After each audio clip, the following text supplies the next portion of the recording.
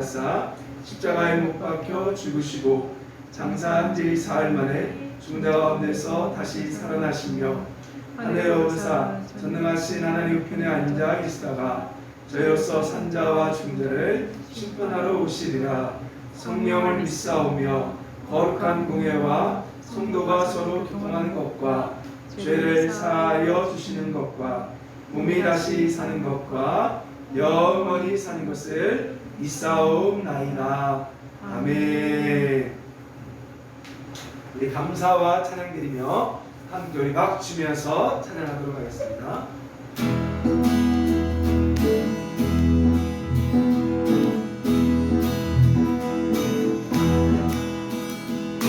감사와 찬양 드리며 주 앞에 나가세 크고 광대하신 주 이름 그의 성소에서 주를 찬양해 나팔 소리로 찬양하며 기파와 수금으로 복음이 있는 모든 자마다 온 마음 다해 주를 높이세 주의 선하심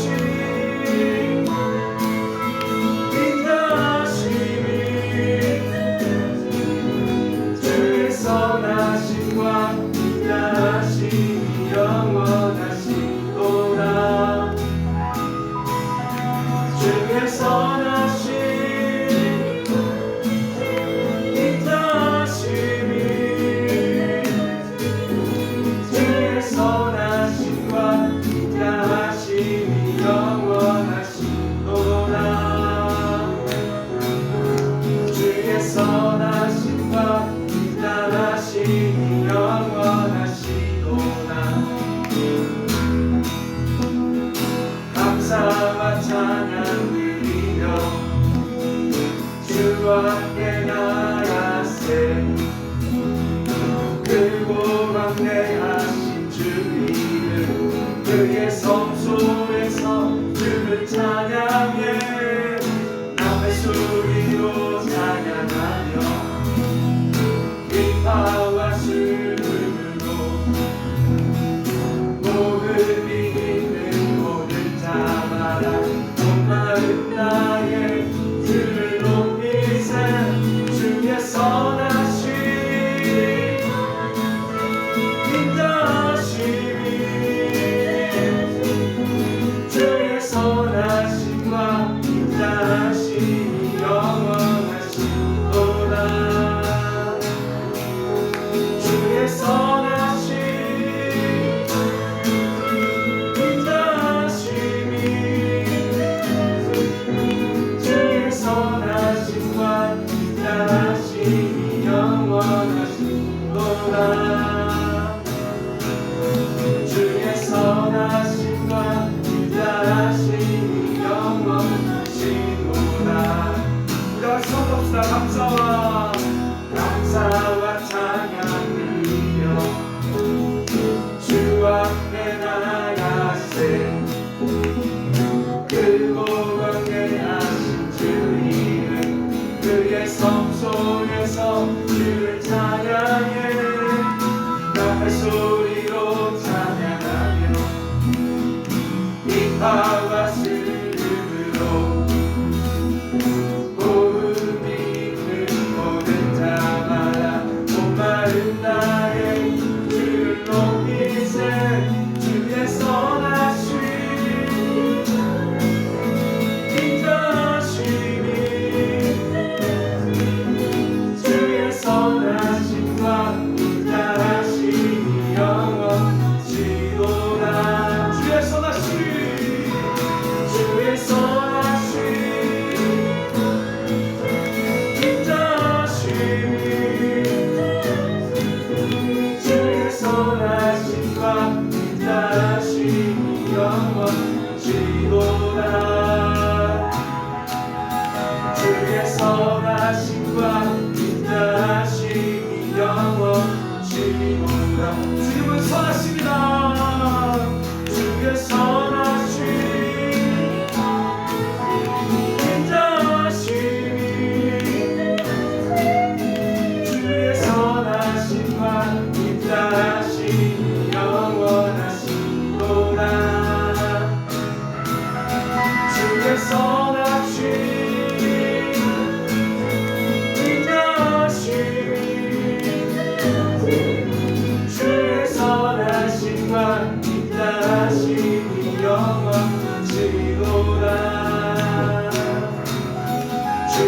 선하심과 인자하심이 영원하시도다. 주의 선하심 인자하심이 주의 선하심과 인자하심 영원하시도다.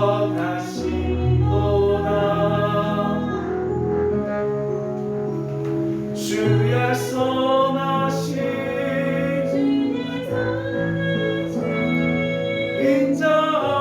인자하심이 주의 선하심과 인자하심 영원하시도다.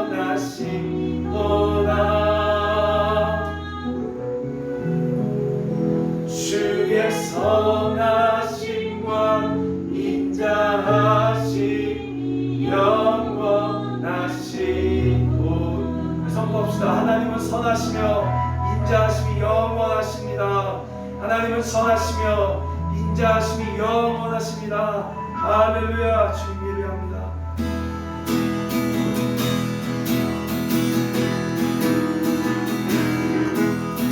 우리 앞에 거해 주의 영광 돌리세. 어린 양의 혼인 잔치가 신부가 준비되었네. 우리 앞에 거해 주의 영광 돌리세.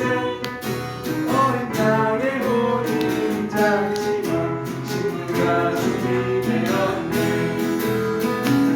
할렐루야. 전능하신 주가 났으리네. 아멘. 할렐루야. 전능하신 주가 났으리. 한 번 더 우리 앞에 기뻐해 주께 영광 돌리세.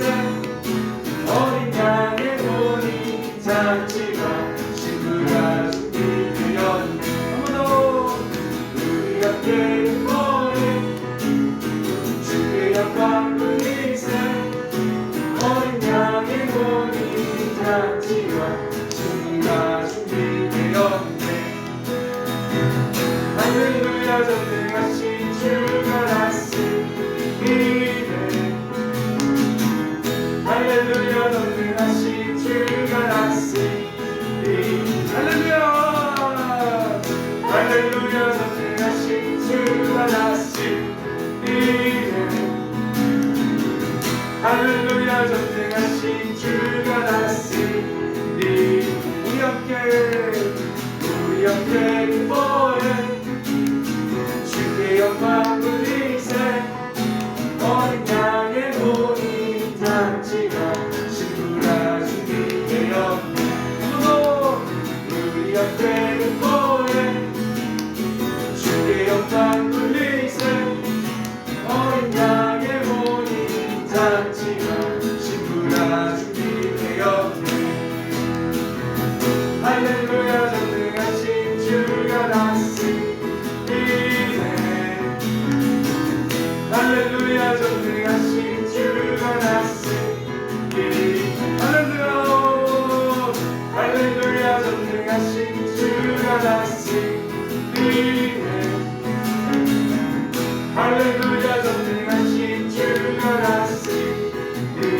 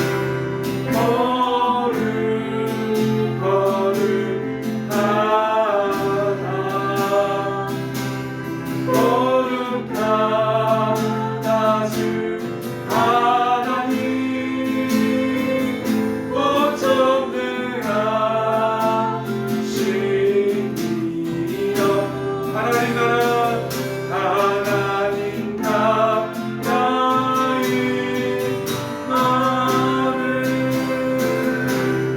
우리 주 하나님 큰 영광과 존귀를 받기에 합당하신 지금 여기 계신 하나님 온 천지 만물을 지으시고 다스리는 큰 권능과 능력으로 주의 말씀이 주는 거룩하다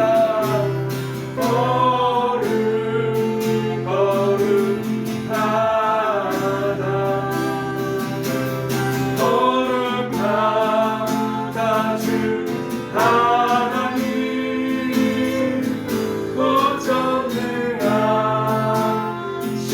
고전능하시니 하나님 나라 하나님 나라의 마음을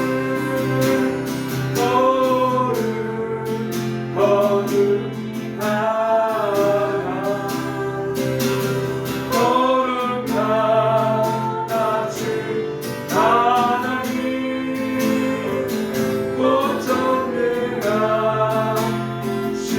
고전능하시니라 하나님 나라 하나님 나라의 마음을 어제도 계셨고 오늘도 계시며 이제도 오실 우리와 어제도 계셨고 오늘도 계시며 이제도 오실 우리와 어제도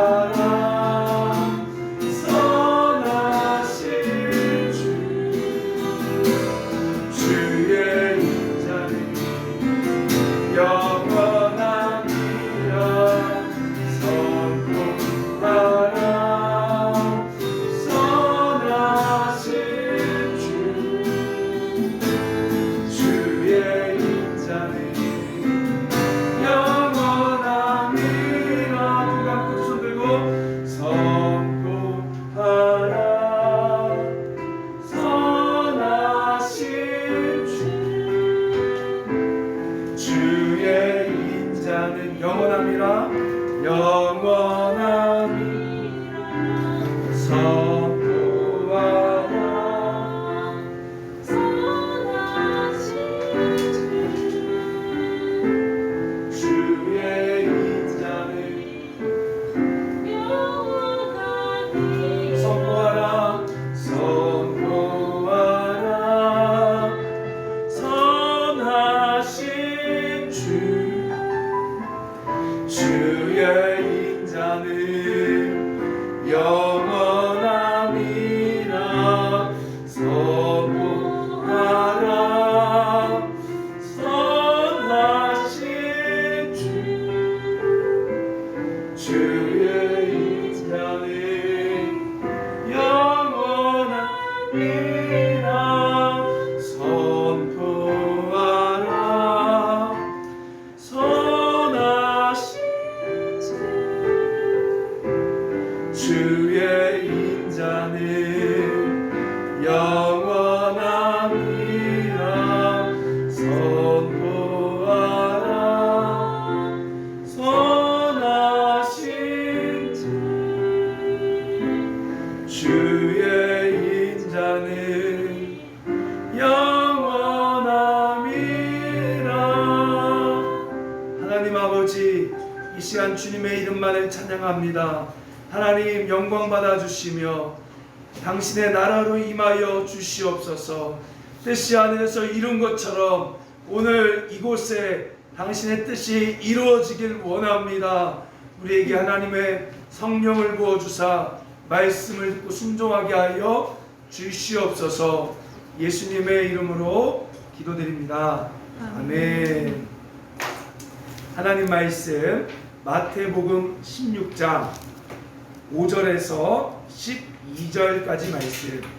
마태복음 16장 5절에서 12절까지 말씀.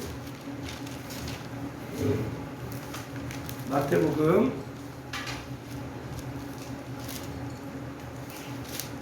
16장 5절에서 12절까지 말씀. 우리 한번 같이 읽겠습니다. 함께 읽겠습니다. 시작. 제 아들이 건너편으로 갈새 떡 가져가기를 잊었더니 예수께서 이르시되 삼가 바리새인과 사두개인들의 누룩을 주의하라 하시니 제 아들이 서로 논의하여 이르되 우리가 떡을 가져오지 아니하였도다 하거늘 예수께서 하시고 이르시되 믿음이 작은 자들아 어찌 떡이 없으므로 서로 논의하느냐 너희가 아직도 깨닫지 못하느냐 떡 5개로 5,000명을 먹이고 죽은 것이 몇 바구니며 떡 7개로 4,000명을 먹이고 죽은 것이 몇 광줄이었는지를 기억하지 못하느냐 어찌 내게 말한 것이 떡에 관함이 아닌 줄을 깨닫지 못하느냐 오직 바리새인과 사두개인들의 누룩을 주의하라 하시니 그제서야 제 아들이 떡의 누룩이 아니요 바리새인과 사두개인들의 교훈을 삼가라고 말씀하신 줄 깨달으니라. 아멘. 따라서 권리 포기. 오늘 본문의 제목은 권리 포기라는 제목으로 말씀을 나누도록 하겠습니다. 자, 한 주간 제가 기도하면서 하나님 어떤 말씀을 증거할까요? 기도하고 있을 때 이주 목사님과 교제하면서 권리 포기에 대한 말씀을 나누면 좋겠다라고 이야기하셨습니다. 그래서 저는 그것이 하나님이 지금 우리에게 주시는 메시지구나 싶어서 오늘 권리 포기란 제목으로 이 주제를 정해서 말씀을 증거하도록 하겠습니다. 자, 먼저 여러분 권리 포기라는 말을 들으면 기분이 좋아요, 안 좋아요? 사실 많은 사람들이 안 좋게 생각합니다. 왜요? 권리 포기하면 손해보는 것 같고 아주 힘들게 느껴지기 때문이죠. 자, 그러나 사실 권리 포기는 더 좋은 권리를 얻기 위한 하나님의 방법입니다. 자, 뭐라고요? 권리 포기는 더 좋은 권리를 얻기 위한 하나님의 방법이다. 자, 우리가 잘 아는 인도 원숭이 예화를 제가 이야기하도록 하겠습니다. 여러분, 인도에서 원숭이를 어떻게 잡는지 아십니까? 바로 입구가 아주 좁은 항아리에 바나나를 집어넣는다 합니다. 그래서 원숭이가 그 바나나 냄새를 맡고 손을 항아리에 집어넣죠. 자, 그러면서 손을 항아리에 집어넣을 때 사냥꾼이 옵니다. 원숭이는 바나나를 꺼내려고 하면 할수록 입구가 좁기 때문에 바나나가 꺼내지지 않아요. 자, 그래서 바나나를 놓고 도망가면 되는데도 불구하고 원숭이는 그 작은 바나나에 집착해서 결국 그것을 끄집어내려 하다가 어떻게 됐죠? 사냥꾼한테 잡히게 되는 것입니다. 자, 뭘 이야기합니까? 바로 원숭이가 바나나 먹을 권리, 바나나를 가질 권리를 포기하면 따라합시다. 자유를 얻게 됩니다. 할렐루야. 바로 원숭이가 그 바나나를 놓는 순간, 바나나 먹을 권리를 놓는 순간 원숭이는 사냥꾼에서 자유라는 권리를 얻게 된다는 것이죠. 자, 마태복음 13장 44절 말씀 우리 한번 찾아볼까요? 마태복음 13장 44절. 자, 마태복음 13장 44절 말씀 23페이지에 있죠. 같이 읽겠습니다. 시작. 천국은 마치 밭에 감추인 보화와 같으니 사람이 이를 발견한 후 숨겨두고 기뻐하며 돌아가서 자기의 소유를 다 팔아 그 밭을 사느니라. 자, 뭐라고요? 하나님께서는 천국을 얻기 위해 포기해야 되는 권리가 있음을 이야기합니다. 자, 그래서 권리 포기는 사실 더 좋은 것을 얻음을 말해요. 그래서 우리가 내려놓음이 아니라 사실은 내려놓음은 사실 더 좋은 것을 얻음이라는 뜻을 여러분 아셔야 합니다. 그래서 천국을 얻기 위해서는 자기 소유를 팔아 그 밭을 사는 것과 같이 반드시 포기해야 될 권리가 있다는 거죠. 자, 그럼 먼저 여러분, 천국이 무엇일까요? 자, 천국이 뭐죠? 자, 우리 의예나무 식구들, 천국이 뭡니까? 많은 사람들은 죽으면 가는 곳을 천국으로 생각합니다. 자, 그런데 성경적 개념은 죽으면 가는 곳이 천국이 아니라 따라합시다. 이 땅에 이루어지는 천국, 그것을 말하고 있어요. 그럼 이 땅에 이루어지는 천국이 뭐죠? 바로 하나님이 다스리는 나라, 하나님이 우리를 다스리는 나라를 천국이라고 합니다. 자, 그런데요, 하나님이 우리를 다스릴 때 크게 두 가지가 일어나요. 로마서 14장 17절에 보면요, 우리 한번 이 말씀을 외워봅시다. 로마서 14장 17절 한번 요것도 찾아볼까요? 로마서 14장 17절.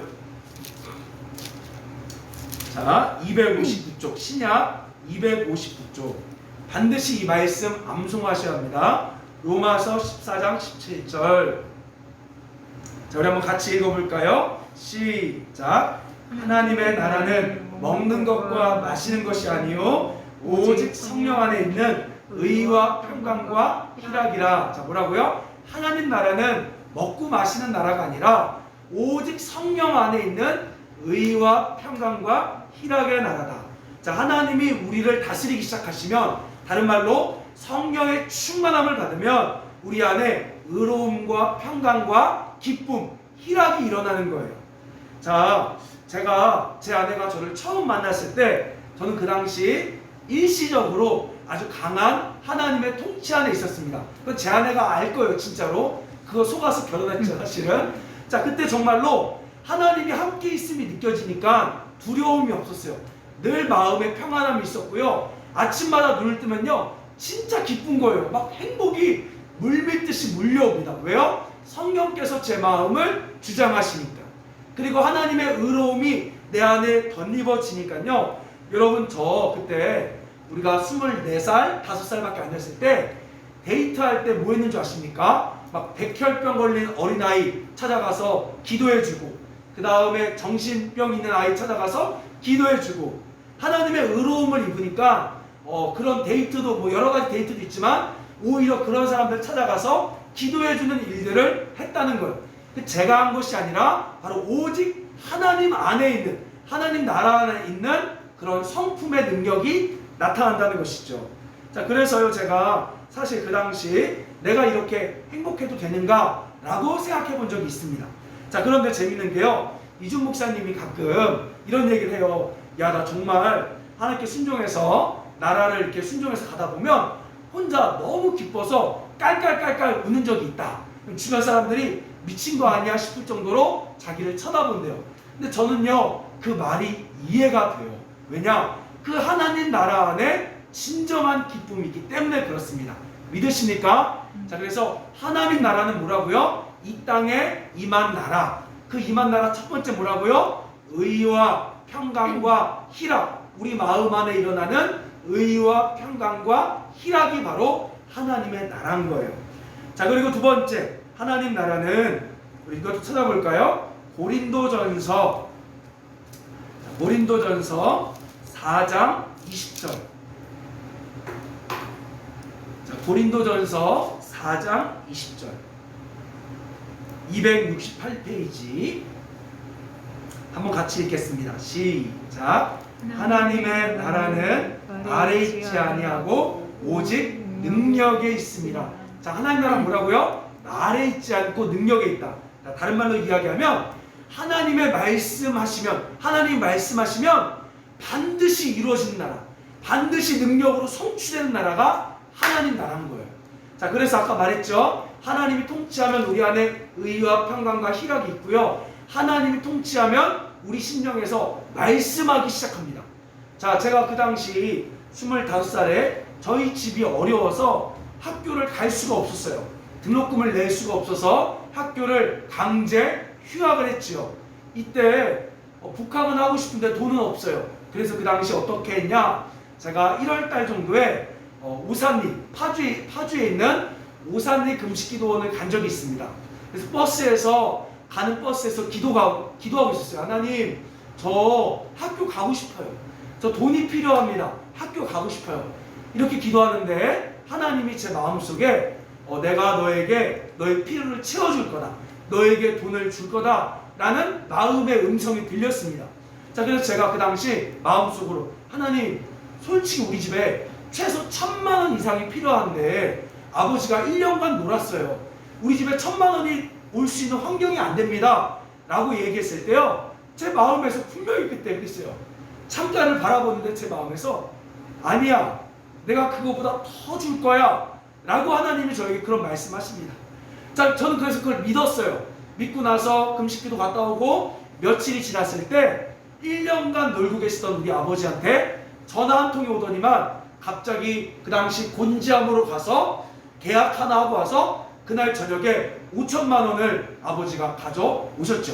그래서 그 돈을 저에게 줘서 일부를 주셔서 학교를 가게 됐습니다. 자, 뭘 말합니까? 바로 하나님 나라는 그냥 말의 위로가 아니라 하나님이 말씀하면 그대로 성취되는 나라라는 거예요. 할렐루야. 그래서 하나님 나라에는 능력이 있습니다. 여러분, 그런 삶을 우리에게 주시기 위해 예수님이 오셨다는 거예요.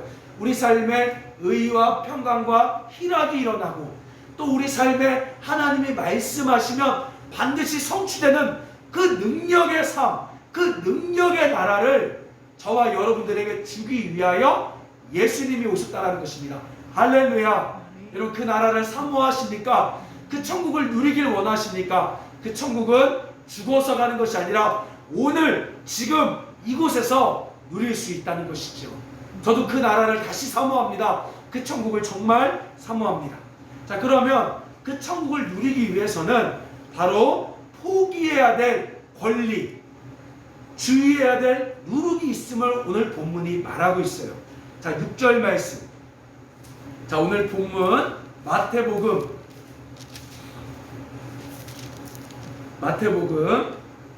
16장 6절 말씀.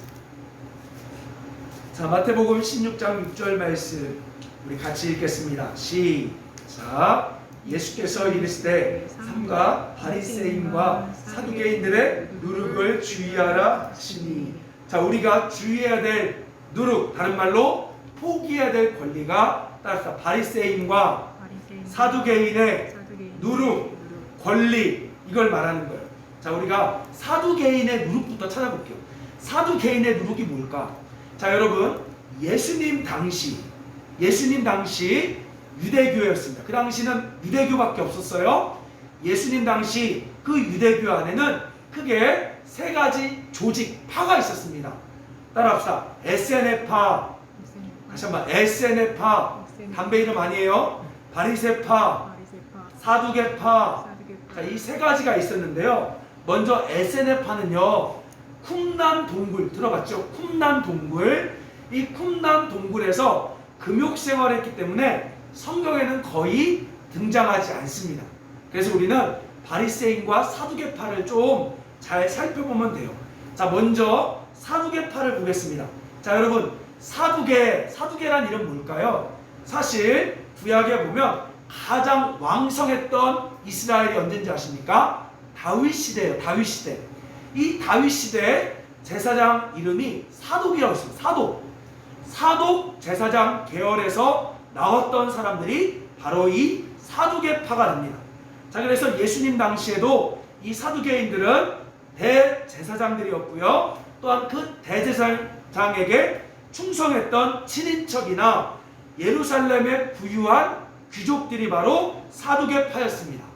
자, 그런데 이들은 자신의 권력을 유지하기 위해 어떻게 했을까요? 바로 로마의 고위 관직자들, 뭐라고요? 로마의 고위 관직자들과 또한 헤롯 왕궁, 헤롯 가문과 따라서 정치적 결탁. 자, 이들은 자신의 기득권을 유지하기 위하여 정치와 결탁한 세력들이었어요. 이들은 결국 뛰어난 엘리트 귀족주의였지만 사실은 그 배후에 뭐가 있었냐? 자, 따라합시다. 돈을 통해 안정감을 누리려 하는 권리, 그걸 가지고 있었다는 거예요. 자, 사두개인의 누룩이라는 것은 결국 엘리트주의인데 그 배후에는 정치가 있었고, 이 정치의 진짜 이면에는 돈을 통해 자신의 인생의 안정감을 누리려는 바로 자세, 그 권리가 바로 사두개인의 누룩이었다는 거예요. 오늘 우리가 포기해야 될 권리는 내가 돈을 통해 안정감을 갖겠다라는 그 권리를 버려야 된다는 것이죠. 자, 우리가 성경 한 장 넘어가면요, 마태복음 19장이 나옵니다. 자, 마태복음 19장에 보면, 자, 16절 보십시오. 자, 19장 16절 보면 제목이 뭐예요? 재물 많은 청년이라고 나옵니다. 자, 한 청년, 부자 청년이 예수님께 찾아옵니다.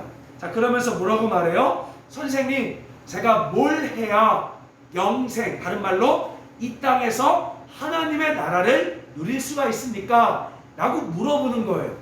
그래서 예수님 뭘 말합니까? 우리가 잘 알고 있는 십계명, 바로 이 땅에서 너가 천국을 누리려면 하나님 사랑, 이웃 사랑해라, 이 십계명을 말합니다. 자, 그러자 그 친구가 뭐라고 말하죠? 저는 이 모든 것을 다 지켰습니다 라고 말해요. 이때 주님이 말합니다. 너가 온전해지고 싶으냐? 너가 더욱 온전해지고 싶으냐? 그러면 너의 소유를 팔아 가난한 자들에게 나눠줘라 라고 주님이 말해요. 그때 이 청년이 어떻게 하죠? 재물이 많은 고로 근심해서 돌아갔다라는 것입니다. 자, 여기서 이야기하는 것은 뭐냐면 하나님께서는 너 거지되라, 가난해져라, 그런 말이 아닙니다. 너가 정말로 하늘의 보화, 하나님 나라를 누리기 위해서는 바로 돈을 통해 안정감을 누리려는 권리, 다른 말로 이야기하면 가난의 영을 버려야 됨을 이야기하는 거예요. 자, 여러분 19장 21절 말씀 보십시오. 19장 21절 같이 읽겠습니다. 시작. 예수께서 이르시되 내가 운전하고자 할진대 가서 내 소유를 팔아 가난한 자들에게 주라. 그리하면 뭐라고요? 하늘의 보화, 천국이 내게 있으리라. 그리고 와서 나를 따르라 하시니. 자, 쉽게 말하면 돈이 우리의 인생과 아무 상관이 없습니다 라고 여러분이 선포하셔야만 하늘의 보화를 얻을 수가 있다는 거예요. 지금 그 얘기하면요, 이렇게 말할 수 있어요.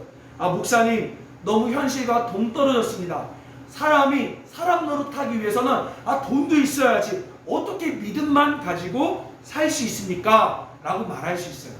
자, 틀린 말 아닙니다. 자, 근데요, 지금 성경이 지적하는 것은 돈 없이 살라는 말이 아니라 아까도 이야기했듯이 돈을 통해 안정감을 가지려 하는, 돈을 다른 말로 두려워하는 가난의 영을 버리라는 거예요. 여러분, 부자들도요, 가난의 영이 있습니다. 자, 뭐죠? 바로 돈이 없으면 무서운 마음, 돈이 없으면 두려워지는 마음이 바로 가난의 영이에요.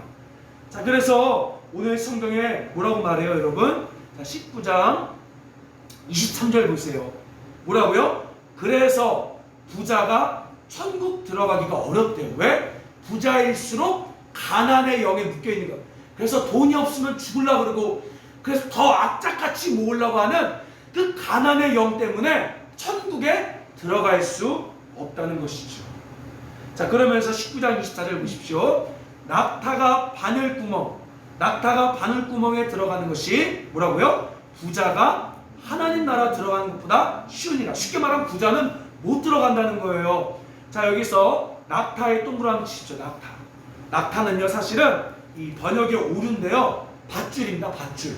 그러니까 밧줄로서, 여러분, 밧줄, 두꺼운 밧줄이 바늘구멍 넣을 수 있어요, 없어요? 없지요. 그것처럼 그만큼 가난의 영에 묶여있는 부자는 천국에 들어갈 수 없다, 그 말하고 있는 것입니다. 여러분, 하나님은요, 때로는 우리를 잘 살게도 하십니다. 믿으십니까? 또한 하나님의 영광을 위해 배도 고프게 하실 때가 있어요. 빈 부에 우리는 다 처할 수 있는 것입니다. 그게 아무 상관이 없어요. 돈이 많은 것, 적은 것, 우리 인생과 아무 상관이 없어요. 아멘. 하나님은 지금 우리에게 그걸 요구하시는 거예요. 자, 그래서 여러분이 실제로 이 가난의 영을 버리지 않으면 절대 그 하나님의 통치를 누릴 수가 없는 거예요. 자, 그러면 여러분, 실제적으로 이 가난의 영을 어떻게 버릴 수 있을까요? 두 가지입니다. 첫째는 고백하는 거예요. 따라합시다. 하나님, 이 땅에서 내가 잘 살려 하는 권리를 포기합니다. 여러분, 그 말 하셔야 돼요. 하나님, 이 땅에서 잘 먹고 잘 사려고 하는 그 자세와 권리를 포기합니다. 저는 그게 목적이 아닙니다. 하나님, 이 땅에서 부자로 살고 싶어하는 권리를 포기하겠습니다. 여러분, 무서워요? 그 말하면? 무섭습니까? 그래서 가난의 영에 묶여있는 거예요. 여러분, 하나님은요, 잘 살기도 하세요. 근데 때로는 굶을 수도 있어요.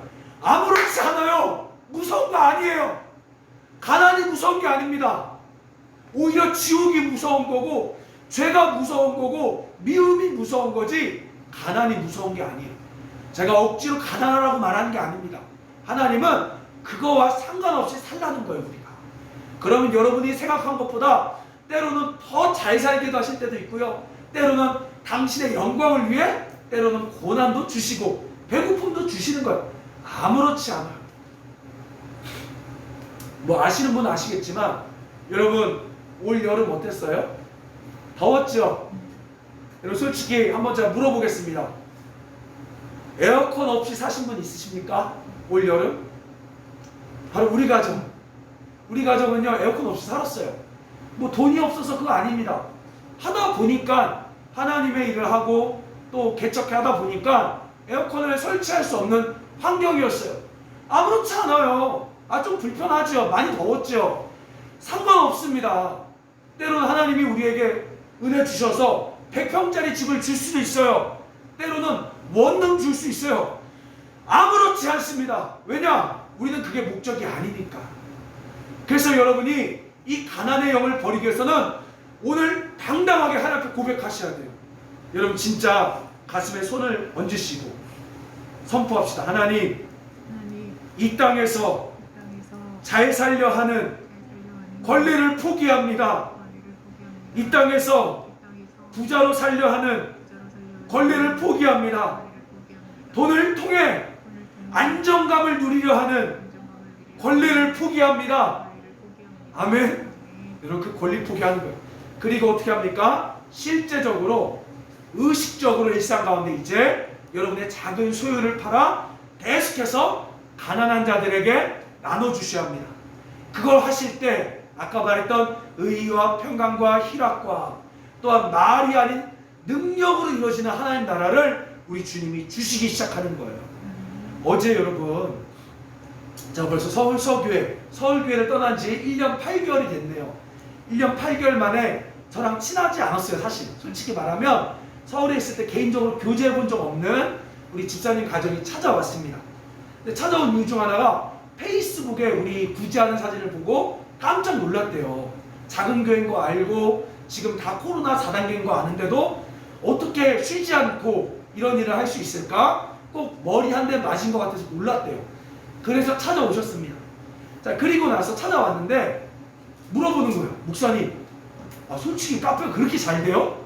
아니 얼마나 잘 되길래 아르바이트를 그렇게 쓰고 어떻게 맨날 그걸 나눠줘요? 라고 말하는 거예요. 그래서 제가 얘기했어요. 우리 하루 매출 3만 원이에요 라고 얘기하니까 깜짝 놀래요. 그러더니만 그 집사님들이 막 울기 시작합니다. 그 자리에서 막 울어요. 그러면서 어떻게 하나님께서 지금 이렇게 일하고 계시는지, 우리는 더 큰 교회에 있고 더 많은 걸 가지고 있음에도 하나도 못하고 있는데 하나님이 여기 역사하는 것 같아서 그게 너무 사모되고 갈망돼서 눈물이 난다는 거예요.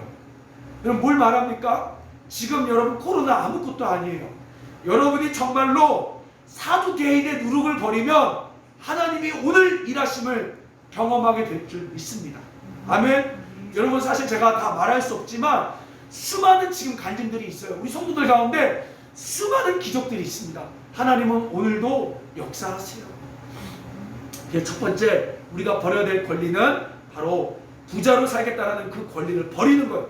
하나님이 책임지십니다. 하나님이 여러분의 인생을 책임지세요. 자, 두 번째 버려야 될 권리, 따라합시다. 바리새인의 누룩. 자, 이게 중요해요. 바리새인의 누룩은 뭐냐면 써놓으세요. 바리새인이란 분리된 자, 분리된 자. 자, 분리된 자라는 말로써 히브리어 페루심에서 나왔어요. 페루심, 페루심, 페루심, 바리새인 이렇게 나온 것 같아요. 페루심. 자, 이게 뭐냐면 여러분 이스라엘 나라가 그리스, 그러니까 헬라죠. 그리스와 로마 문화가 융합된 이방 문화의 영향을 받았습니다. 예수님 시대 이미 벌써 로마 시대였잖아요. 그러다 보니까 자연스럽게 이스라엘의 고유 전통이 사라지기 시작했어요. 그래서 이 이스라엘 사람들이 야, 우리 이러다가 이스라엘 없어지겠다, 우리 신앙 다 잃어버리겠다 해서 우리의 전통과 신앙을 지키자는 운동이 일어납니다. 이게 바로 뭐다? 바리새파인 거예요. 뭐라고요? 이스라엘의 고유 전통과 문화, 신앙을 지키기 위해 만들어 놓은 파가 바리새파예요. 자, 그래서 이 바리새인들은요, 바리새파 회원이 아니면 함께 식사도 안 했습니다. 아우, 나빴죠.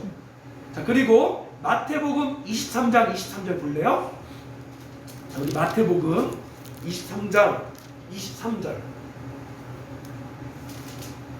자, 마태복음 23장 23절 같이 읽겠습니다. 시작.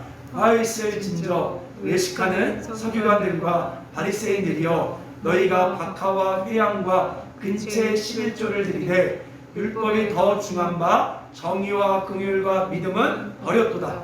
그러나 이것도 행하고 저것도 버리지 말아야 할지니라. 자, 여기 보면요, 박하, 회양, 근체, 조미료입니다. 조미료. 이들은요, 자신의 전통, 자신의 신앙, 자신의 문화를 지키기 위해서 하나님이 말한 11조보다도요 조미료까지 11조로 하기 시작했어요. 자, 그리고 일주일에 의식적으로 2번씩 금식합니다. 그럼 제가 물어볼게요. 자, 여러분, 이들이 정말 믿음이 좋아서 조미료까지 11조 한 걸까요? 정말 이들이 믿음이 좋아서 일주일에 2번씩 금식했던 걸까요? 아닙니다. 자, 왜 그랬냐? 바로 이러한 행동 배후에는 따라합시다. 종교의 영. 자, 다른 말로 이야기하면 종교를 통한 정서적 안정감을 누리려는 권리를 가지고 있었다는 거예요. 자, 다시 뭐라고요? 종교를 통한 마음의 정서적 안정감을 누리려는 권리. 자, 그러면 여러분 종교가 뭘까요? 여러분 오늘 이거 잘 보셔야 합니다. 오늘 본문. 왜냐하면 여러분 안에 숨어있는 악한 영들이 드러나요. 자, 종교가 뭐냐? 제가 인터넷 쳐보니까요. 자, 보세요. 종교란 삶의 궁극적인 의미를 추구하는, 써놓으세요, 문화체계. 와, 뭐라고요? 종교란 삶의 궁극적인 의미를 추구하는 문화. 그래서 여러분, 종교와 문화, 옛날에 교양 수업 보면 종교와 문화라는 제목이 있어요. 그만큼 종교랑 문화는 밀접한 관계가 있다는 거죠. 자, 뭐라고요? 그러면 우리가 지금 버려야 될 누리가 뭐죠? 문화를 통한 안정감을 누리려는 권리를 버려야 돼요. 자, 여러분, 저와 여러분이 버려야 될 게 뭐라고요? 문화를 통한 안정감을 누리려는 권리. 자, 이게 뭐냐? 자, 보십시오. 이제 저도 몰랐어요. 우리가 속고 있던 거예요. 자, 부부싸움 하죠? 자, 혹시 우리 뭐라 그러죠? 여기 밴드에 부부싸움 안 하시는 분들, 난 안 한다, 인터넷으로 쳐주십시오. 자, 우리가 부부싸움 합니다. 근데 왜 부부싸움 하죠? 여러분, 사실 부부싸움 왜 하는 거예요? 정확히 말하면요, 성격의 차이가 아니라 두 문화가 싸우는 거예요. 두 문화가. 어떤 문화요? 내가 살아온 문화와 배우자가 살아온 문화가 충돌이 일어나는 것입니다. 자, 그러면 여러분, 서로의 문화를 인정해주고 배우면 되는데 왜 싸우죠? 사실은요, 두려워서 싸워요. 내가 자라온 문화가 공격당하니까 그게 불편해서 두려워서 싸우는 겁니다. 자, 그러면 제가 부끄럽지만 저희 예를 들어볼게요. 제 아내와 가장 많이 싸웠던 것 중 하나는 실수에 대한 문화적 차이입니다. 실수. 뭐라고요? 실수. 자, 저는요, 어렸을 때 잘못하면요, 당연히 지적을 받아요. 당연히 지적을 받고 혼나는 문화, 혼나는 가정의 문화에서 자라왔습니다. 근데 그 이유는 뭐냐면 부모님이 다시는 하지 말라는 거예요. 다음에는 하지 말라고 저를 아주 따끔하게 혼내는 문화에서 자라왔습니다. 자, 그런데 제 아내는 어떤 문화에서 자라왔냐? 우리 장인어른을 통해 그래도 용납하는, 뭐 완전하진 않지만 용납하는 문화에서 자라왔어요. 그러니 잘못했을 때는요, 그럴 수도 있는 거지, 그럴 수도 있다라는 문화에서 자라왔습니다. 그러면서 오히려 제 아내의 문화는 지금의 문제를 수습하는데 더 중요한 거예요. 자, 이해되십니까? 저희는 혼나서 다음에 하지 않는 게 더 중요하고요, 제 아내는 지금의 문제를 잘 수습하는 게 더 중요한 거예요.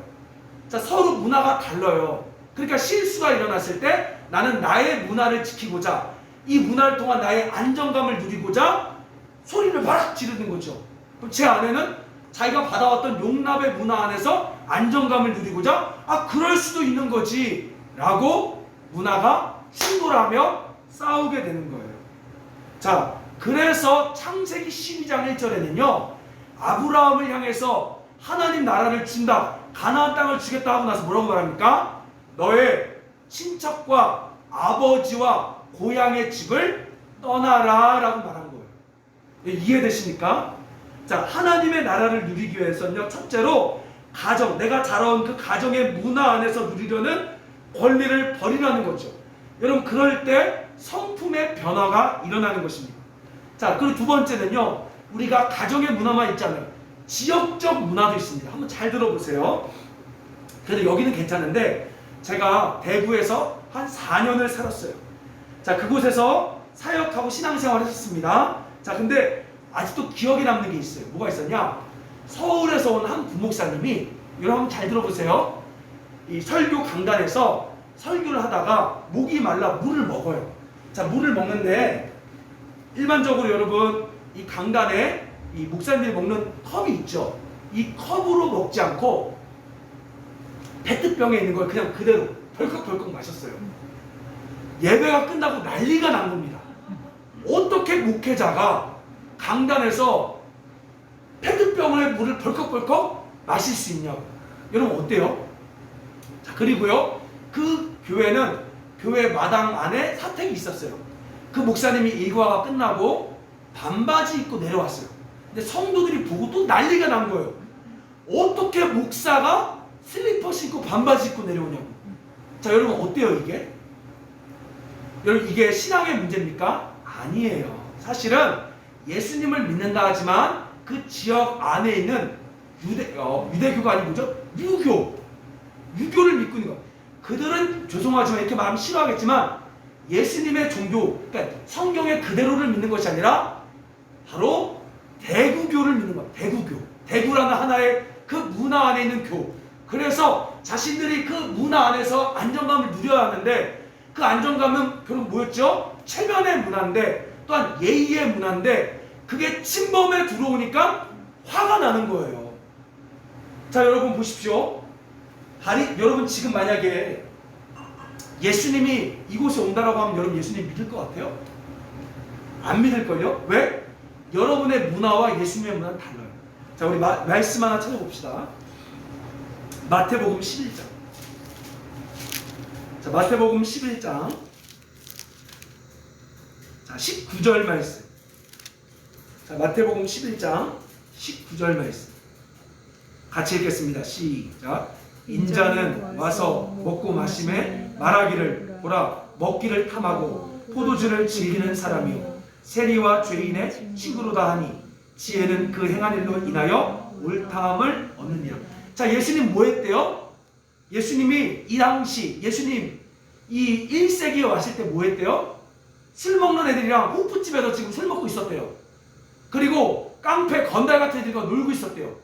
여러분, 이 당시 예수님의 상은 뭐였죠? 종교의 상은 깔끔하게 옷 입고 할렐루야 그거 해야 예수님인 줄 알았단 말이에요. 근데 예수님의 모습은 자신들의 문화와 전혀 다른 모습을 가지고 왔다는 거죠. 여러분, 만약에 지금 예수님이 이런 모습으로 온다고 했을 때 여러분 예수님이 교회 하면 올 거예요? 담임 목사님이 맨날 호프집 가서 친구들이랑 술 먹는 친구들 신방하고 있으면 여러분 그런 예수님 믿을 거예요?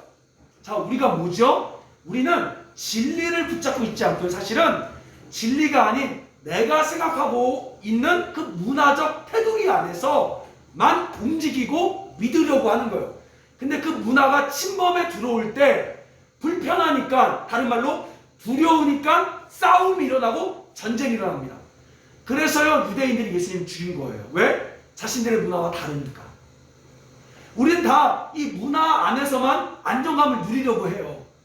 자, 감사하게 저는요 경상도도 살아보고 전라도도 살아보고 수도권도 살아보니까 감사하게 이 한국 안에 있는 지역적 이 문화적 테두리에선 벗어났어요.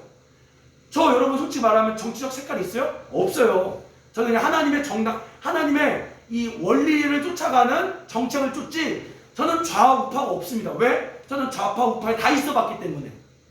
근데 많은 사람들은요 신앙을 떠나서 자신이 아까 말했던 그 정서적 문화 안에서 하나님을 믿고 그 문화 안에서 목사님을 쫓다 보니까 아까 말했듯이 우파 쪽으로 가고 좌파 쪽으로 가는 거죠. 자, 근데 제가 못 벗어난 게 있습니다. 어디죠? 한국. 그래서 제가 이준 목사님한테 목사님 저도 너무 한국 안에만 한국적 정서에만 갇힌 것 같아요. 제가 이제 겨울에 한번 미국 가보겠습니다 하니까 이준 목사님이 야, 너 이제서야 한국교를 벗는 거야? 이렇게 얘기하시는 거예요. 한국교를 믿고 있는 거예요. 우리는 사실 진짜 예수교가 아닌 그 예수교를 바라보는 한국적 문화 테두리 안에 있는 한국교를 믿는 거죠. 여러분, 이걸 벗어나야 합니다. 따라서 바리새인의 누룩을 벗어야만 자유해질 수 있습니다.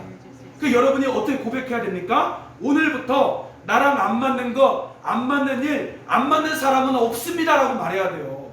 왜? 당신의 문화 안에서만 맞는 사람만 찾은 거예요. 여러분 얘기하셔야 합니다. 하나님, 오늘부터 문화를 통해 안정감을 누리려는 권리를 버리겠습니다. 내가 그동안 배워온 교회 문화의 권리를 버리겠습니다. 여러분, 저도 지금 이런 모습의 교회가 익숙지 않아요. 익숙지 않을 거예요. 성가대 가운 입고 할렐루야 이게 우리한테 익숙하지 앞치마 메고 있는 목사의 모습이 익숙하지 않아요. 그러나 버리셔야 합니다. 당신에게 맞는 것을 찾는 것이 아니라 우리는 하늘나라 시민인 거예요. 여러분, 오늘 고백하신 하나님, 한국 사람의 국적을 포기합니다. 우리는 하늘나라 시민이 돼야 돼요. 여러분이 그렇게 될 때 어디 가든지 자유해지며 어디 가든지 누구랑 다 친해질 수 있는 거예요. 할렐루야. 제가 이제 여러분이 정말로 이 바리새 종교의 영을 벗었는지 안 벗었는지 아는 방법은 당신의 친구가 어떤 계층인지 보면 압니다. 여러분, 초등학생이랑 친구예요? 여러분, 주먹 쓰는 사람이랑 친구예요? 이게 다 돼야 돼요. 예수님은 모든 사람과 흑인과 친구입니까? 전 그건 안 돼요. 제가 초등학생도 친구할 수 있고 이제는 주먹 쓰는 문신 친구들랑도 할 수 있어요. 저 여러분 여기 카페 개척하기 전만 해도요 전도하라 그러면 전도할 사람이 없었어요. 왜? 다 목사들이야. 내 친구들은. 내 주변에 여러분 그 새신자 작정하라 그러면요 쓸 사람이 없어요. 다 목사인데 누굴 써? 근데 제가 이거 하고 나서 이 목사교를 벗어버리니까 친구들이 막 생기기 시작하죠. 지금 쓰라 그러면 전도할 애들 되게 많습니다. 엄청 많아. 50명씩 있어요 지금 진짜. 근데 제가 없는 친구가 있어요. 누구죠? 흑인, 백인. 왜? 저는 아직도 한국 테두리 안에 갇혀 있기 때문에. 여러분 오늘 고백하셔야 돼요. 하나님, 이제 나랑 안 맞는 것, 안 맞는 일, 안 맞는 사람 없습니다. 문화를 통해, 가정의 문화, 지역의 문화, 한국의 문화를 통해 안정감을 누리려 했던 권리를 포기합니다. 이씨로 사는 것, 서울 사람, 한국 사람으로 사는 권리를 포기합니다 하고 여러분이 이제 떠나는 훈련을 하셔야 합니다.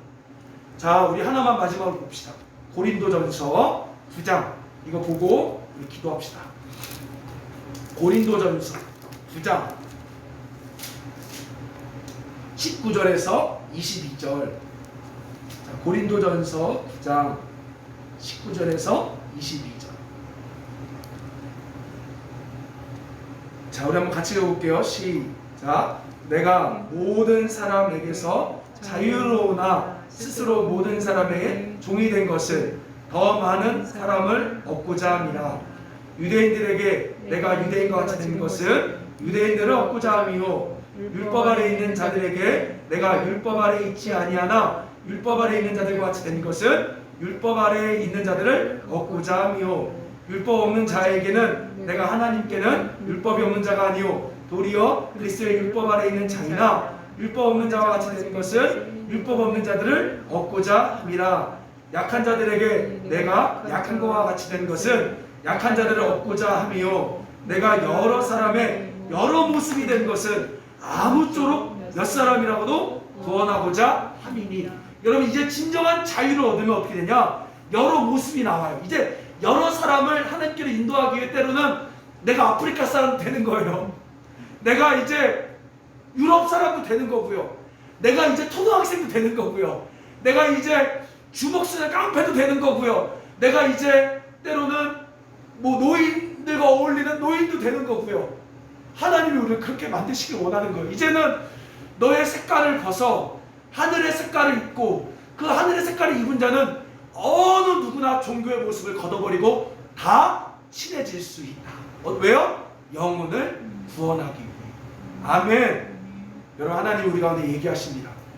우리 한번 이 시간 진지하게 우리 고백합시다. 하나님, 내가 돈을 통해 안정감을 누리려는 권리를 오늘 포기합니다. 내가 부자로 살아갈 권리를 포기합니다. 내가 문화를 통해 안정감을 누렸던 그 권리를 포기합니다. 내가 경상도 사람, 전라도 사람, 이 지역적 색깔의 문화를 통해 안정감을 누렸던 권리를 포기합니다. 내가 한국이라는 정수 아래 안정감을 누리려 했던 권리를 포기합니다.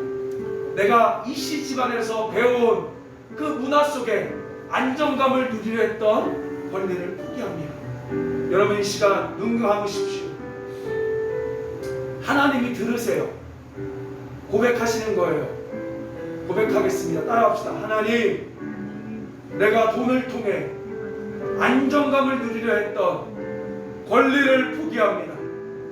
내가 부자로 살려고 했던 부자의 권리를 포기합니다. 하나님, 가난의 영을 내어 쫓습니다.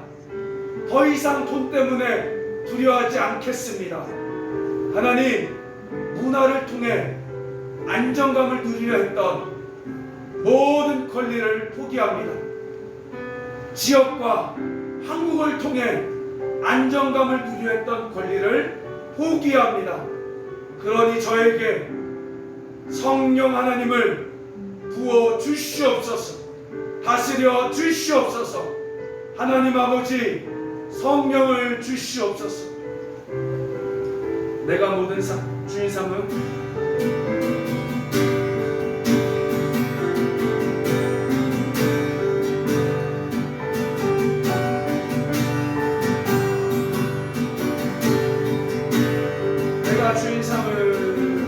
내가 주인 삼은 모든 것 내려놓고 내 주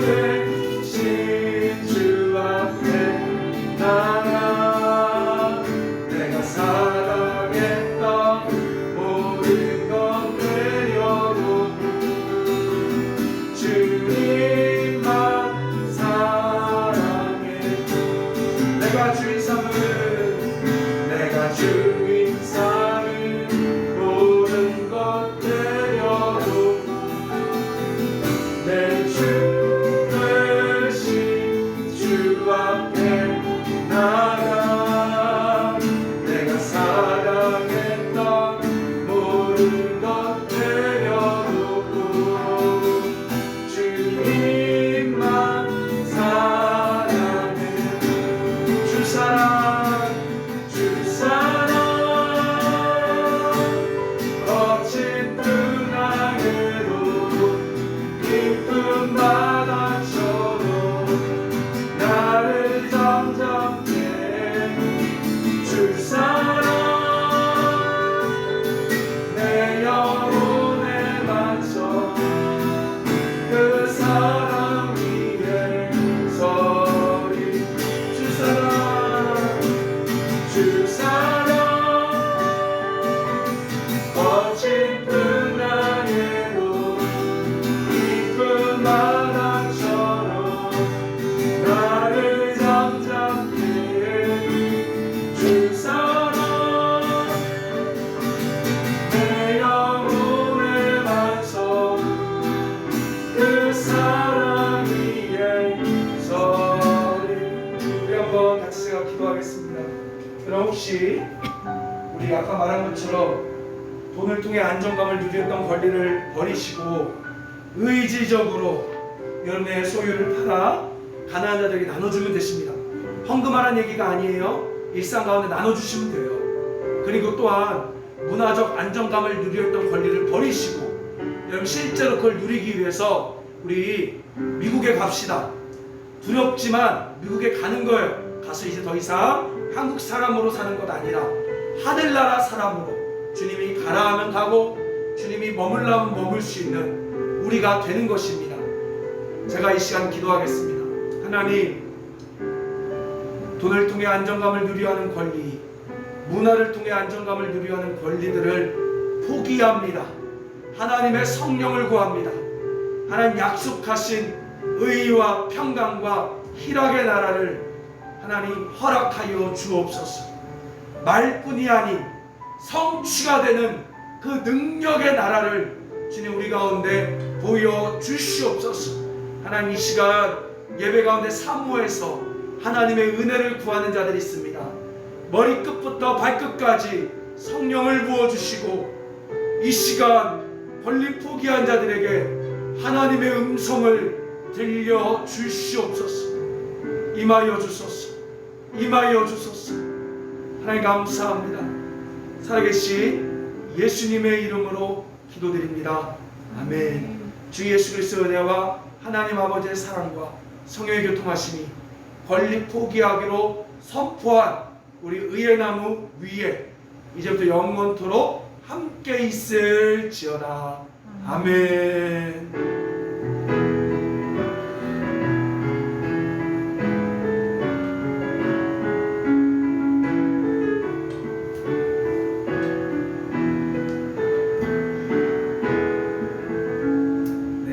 마쳤습니다. 만주도 승리하시기 바랍니다. 네, 이상입니다.